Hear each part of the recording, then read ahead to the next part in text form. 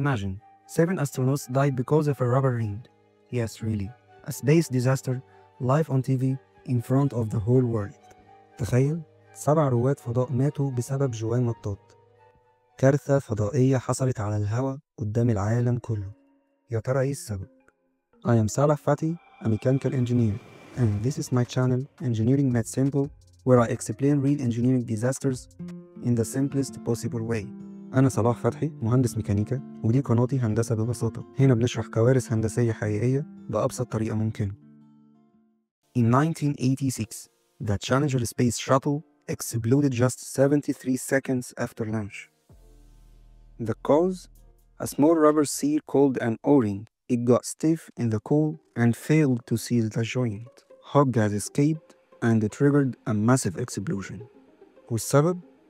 قطعة مطاط صغيرة أو زي ما بنقول عليها بالعربي جوان أورينج جمدت بسبب البرد، وبالتالي فقدت وظيفتها في إحكام الغلق بين الوصلات زي ما المفروض يحصل.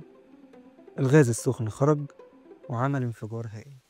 One small design flaw, ignored warnings, and 7 lives were lost.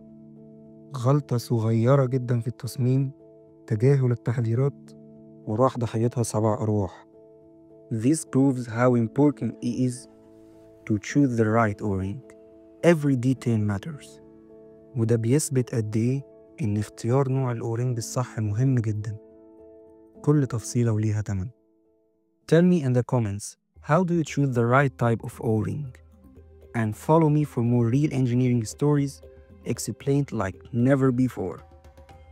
قولولي في الكومنتات إزاي بتختاروا نوع الأورينج المناسب، واستنوني في كوارث بسبب أخطاء هندسية هتفهموها لأول مرة ببساطة.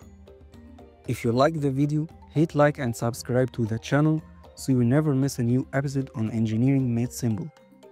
لو عجبك الفيديو دوس لايك واشترك في القناة عشان يوصلك كل جديد من هندسة ببساطة.